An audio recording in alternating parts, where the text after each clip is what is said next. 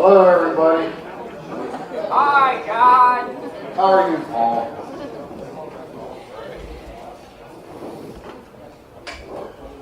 You know, if this was Major League Baseball and they came out with a chicken that big, they'd suspend them for 80 games for PEDs. That was good stuff. So we appreciate the dinner, appreciate the fire hall hosting us again, and I appreciate everybody for coming out and enjoying the evening. I don't have a whole lot to say.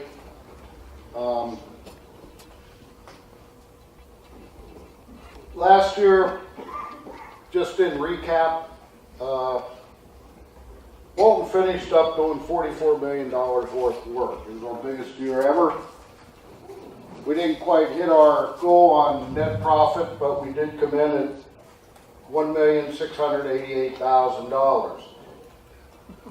Like I said, it didn't hit our goals that we had given to the owner for their approval. However, at the end of the year, with a little discussion, we were able to distribute something to everybody.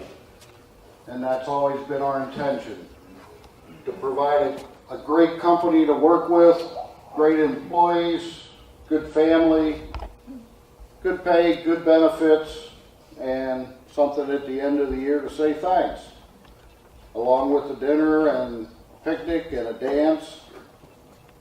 Not a lot of companies do that, and through the years some companies have stopped doing that, but we continue to do it. It's our way of running an operation and a business, and I hope forevermore it stays the same.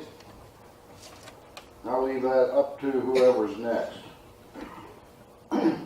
For this year, through the first 3 months, we've done $9.7 million worth of work.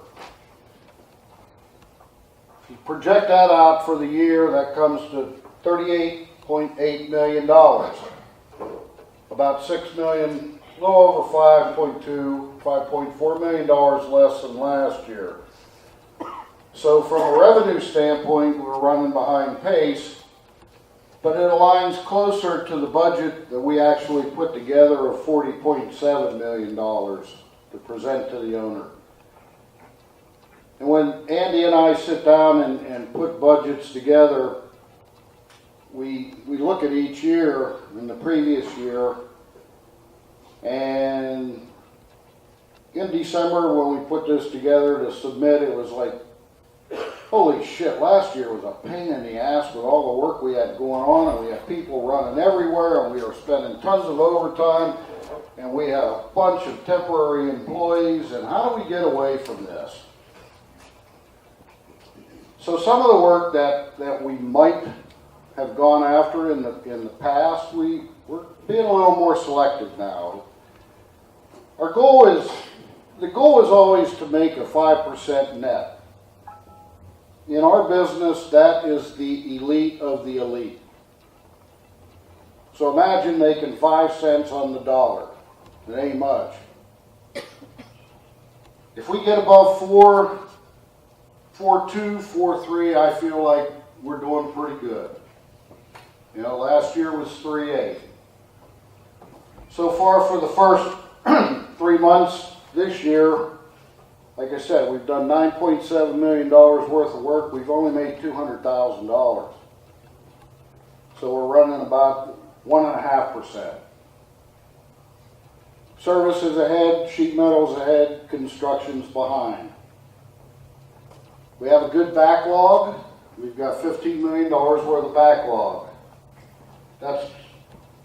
Each department is about the same at about 16 to 17% gross profit. We need 17% to break even. So we have some work in front of us to do, and we all need to come together and do it.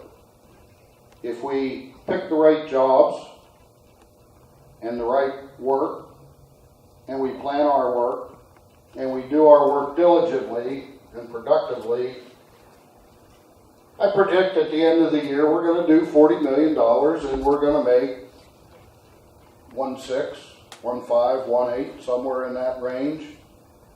And if we do 40 million and we make 1.8 million dollars, I'd say we did a pretty good year.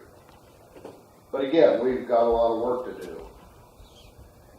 And through the by and by too, we're not being handed good cards. As everybody knows that follows the news recently, the announced tariffs and the protectionism and the trade agreements that are being hardballed have basically taken the lid off of everybody, and commodity prices are raising through the roof. There hasn't been a tariff imposed on anything. It's a very good opportunity for everybody to raise prices and raise inflation. I'm not going to be a politicist or an economist, but I can tell you the goal is to raise inflation.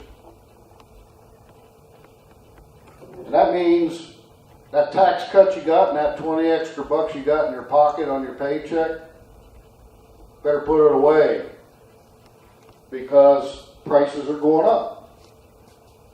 Steel and aluminum have gone up 15% already. What's going to happen to the farmers with sorghum?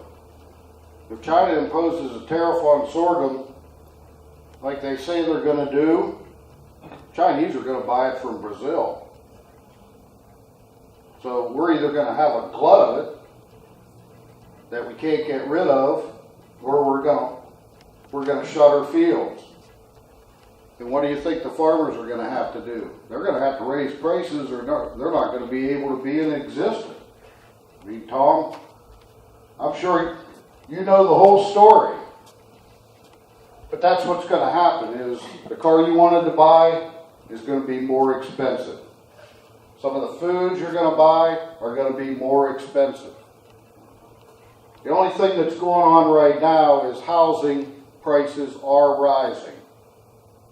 For those of you that have houses and plan to sell, it's not a bad thing. For those of you who want to buy, between rising interest rates and rising house rates, think about what you're going to do. My suggestion, and this is the crux of what I wanted to say, is a month or so ago, everybody got this letter in the mail. And it was basically me on my favorite topic of pay yourself first. Take care of yourself first. Look at your family economics. First Capital was out here, the credit union, and they're in this letter.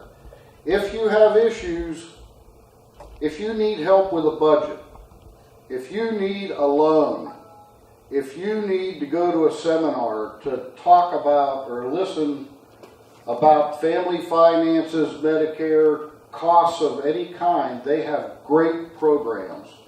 You don't have to be a member, but when the flyers come through in your paychecks, take a look at them. There might be something there that you and your family might want to go to, just to kind of help yourself into the future. As always, 401k. If you got an extra 10 bucks in your paycheck, there's no better place to put it. I've recently been going through a situation where I've been exposed to Medicare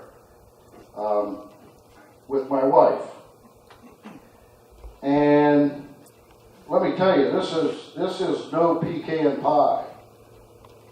When you get to that point and you look at what's being offered, and if you're retired or on Social Security, the part you have to pay for comes right out of your check. You never see that. You don't make payment.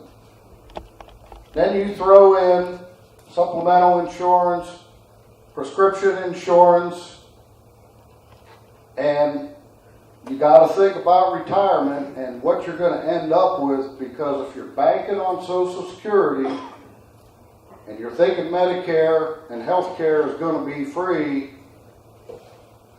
you're going to be facing a situation that is not really that pleasant. So please, all I can say is I care about everybody in this company.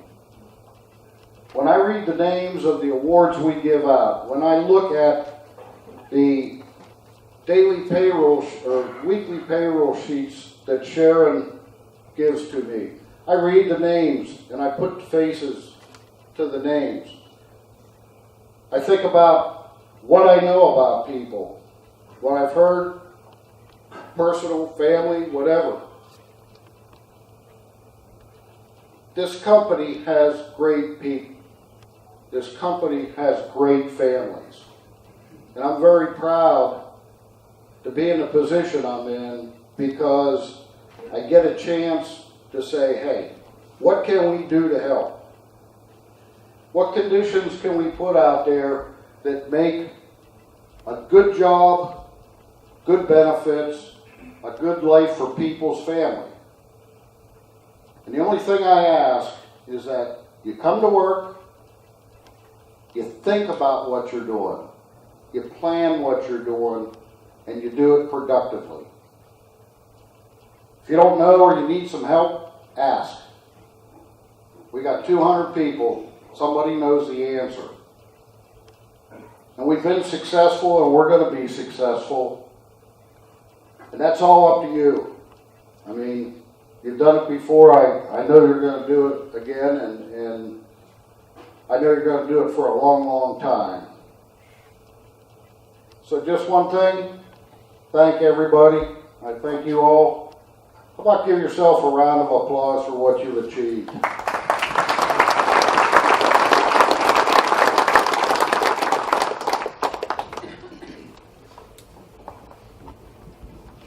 Now we'll get to the crux of the matter, the awards.